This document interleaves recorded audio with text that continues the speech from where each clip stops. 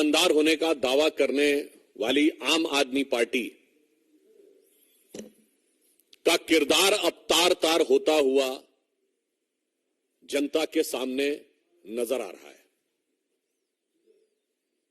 पहले उनकी सरकार के एक मंत्री श्री सत्येंद्र जैन भ्रष्टाचार के आरोप में जेल गए, जिन्हें न्यायालय से जमानत नहीं मिली। फिर एक स्टेप और ऊपर गया, उप मुख्यमंत्री मनीष सिसोदिया जी जेल गए और अब आम आदमी पार्टी के संसदीय दल के नेता श्री संजय सिंह, कोई सामान्य व्यक्ति नहीं है, संसदीय दल के नेता हैं, leader of the parliamentary party, वो भ्रष्टाचार के आरोप में रिमांड पर हैं।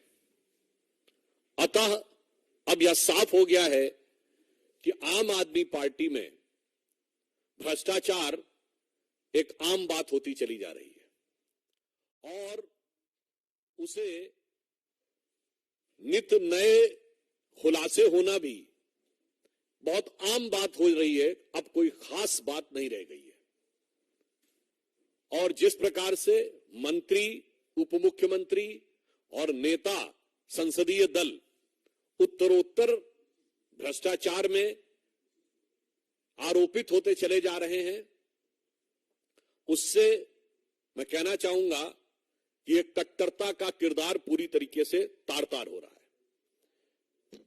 यहां पर हम यह भी कहना चाहेंगे कि जिस प्रकार के अनर्गल निराधार आरोप आम आदमी पार्टी लगाने का प्रयास करती है, तो हम यह भी स्पष्ट करना चाहते हैं कि न्यायालय ने जो निर्णय दिया है उसमें स्पष्ट रूप से, अब देखिए बहुत साफ है, पैसे का लेन देन, चुनाव में उसका प्रयोग, और उससे गंभीर बात है, साक्ष्य ये आए हैं कि पॉलिसी में चेंज इस आधार पर किया गया है और यह चेंज नीतिगत है। नीतिगत है तो इसका मतलब पूरी पार्टी इसमें इन्वॉल्व है, विषय सिर्फ संजय सिंह जी का नहीं है। इसका मतलब हो गया कि नीतिगत निर्णय में पूरी पार्टी इन्वॉल्व है और मुझे लगता है यह शराब का घोटाला तो इनके लिए वैसा बनता चला जा रहा है कि एक तरफ इन्होंने पॉलिसी विड्रॉ की। मैं इस बात को पुनः रीएम्फसाइज करना चाहता हूं, सीबीआई इंक्वायरी शुरू होते ही पॉलिसी विड्रॉ कर ली। क्यों विड्रॉ किया अगर सब कुछ सही था? और विड्रॉ करने के बाद आप उसको डिफेंड भी कर रहे हैं और डिफेंड करते हुए आप उस दलदल में धंसते हुए चले जा रहे हैं। क्योंकि जैसे कर्म किए हैं आम आदमी पार्टी ने, अब वो पूरी चुनौती के साथ उनके सामने आ रहे हैं। यहां पे मैं स्पष्ट करना चाहूंगा कि कल राउज एवेन्यू कोर्ट ने अपने निर्णय में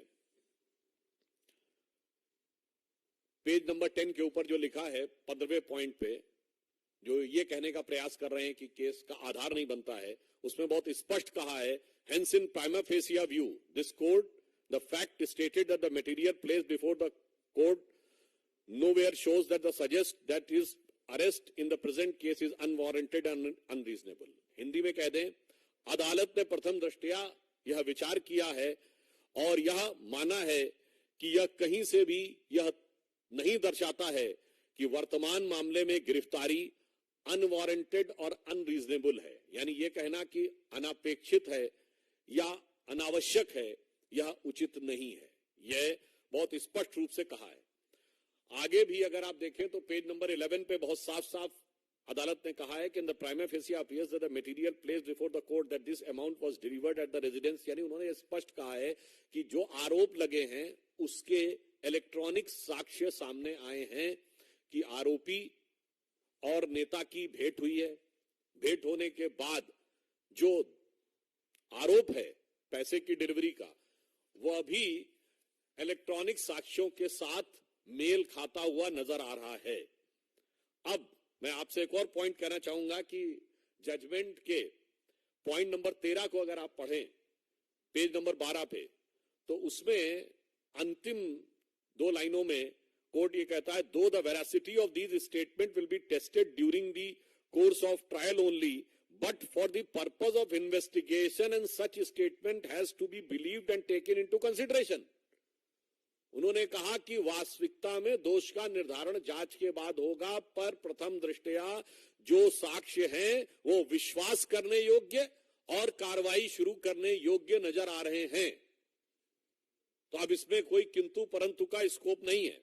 आगे भी बिंदु क्रमांक 14 में कोर्ट कहता है the material placed before the court and its direct nexus with the activities pertaining to the proceedings of the crime and the present case by way of receiving the above amount of rupees 2 crores have been shown, his sustained and custodial integration appears necessary।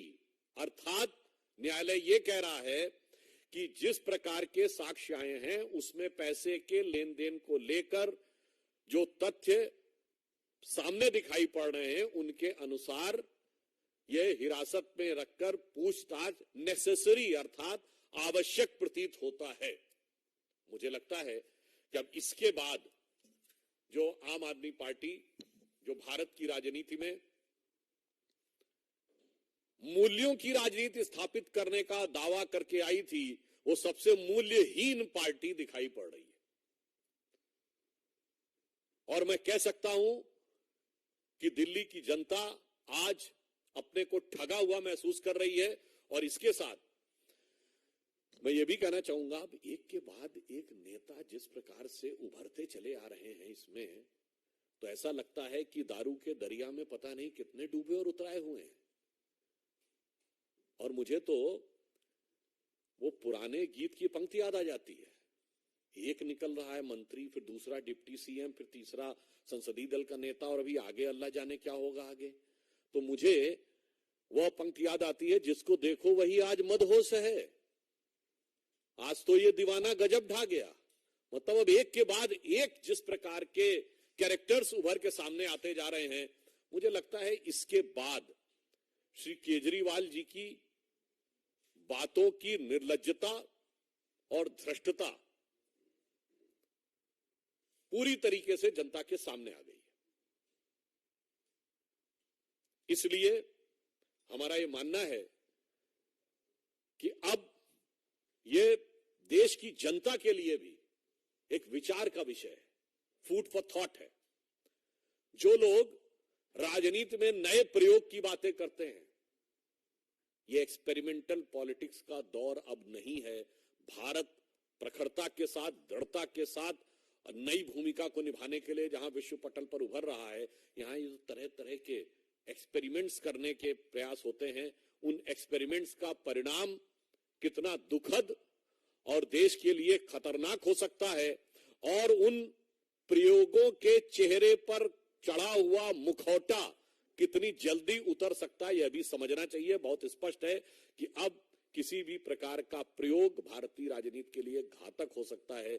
यह मेरे विचार से आम आदमी party के अन्ना आंदोलन से निकली आम आदमी पार्टी के इस चरित्र के बाद यह भी एक विचार के लिए तथ्य देश की जनता के सामने है, और देश की प्रबुद्ध जनता इसे समझ रही होगी। धन्यवाद।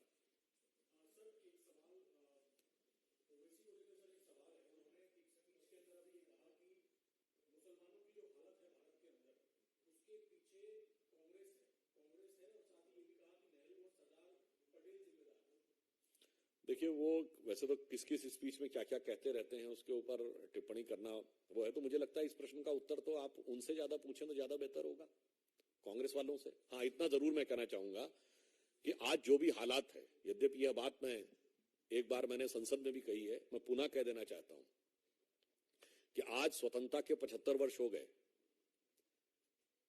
मैं ओबीसी जैसे लोगों को भी स्पष्ट बता देना चाहता हूं कि जब यह देश स्वतंत्र हुआ तो जिनको आज माइनॉरिटी कहते हैं, उनमें से कितने लोग ऐसे थे जिनके राजे रजवाड़े थे? कोई जैन रियासत थी क्या? कोई क्रिश्चियन रियासत थी, या पारसी रियासत थी, या यहूदी रियासत थी? इक्का दुक्का महाराजा पटियाला वगैरह को छोड़ दे तो बस एक दो ही सिख रियासतें थी, और लाइन लगा के मुस्लिम रियासतें थी। नवाब पटौदी, नवाब जूनागढ़, नवाब भोपाल, नवाब लखनऊ, हैदराबाद के निजाम। तो फिर क्या हो गया भाई? आप तो सुल्तान आलम थे, हुजूर नवाब थे, क्या हो गया? इसलिए मैं जो बात बोल चुका हूं, ओवैसी जी को समझना चाहिए कि जो हुक्मरान वक्त थे वो आज मजलूम हो गए, क्योंकि सेकुलरिज्म के जाल में ऐसे फंसे कि उलझलूल हो गए।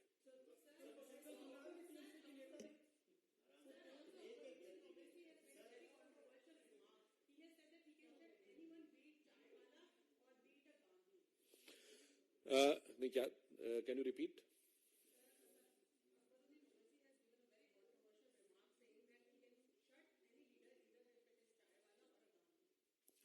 Actually, can you point out any of his statement which is non-controversial?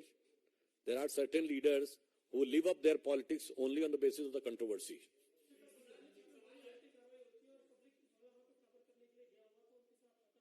कहाँ?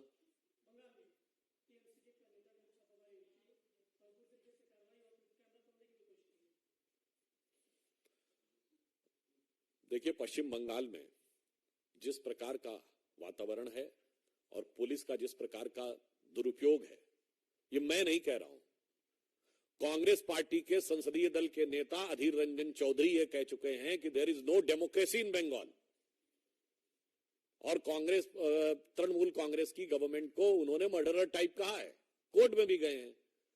तो भाई, हमारी बात पे यकीन ना हो तो अपनों की बात पे तो यकीन कर लें। हमारे कार्यकर्ताओं के साथ होता हुआ अत्याचार विपक्ष को दिखाई नहीं पड़ता है, तो अपने कार्यकर्ताओं के साथ होता हुआ अत्याचार अनाचार तो देख लीजिए।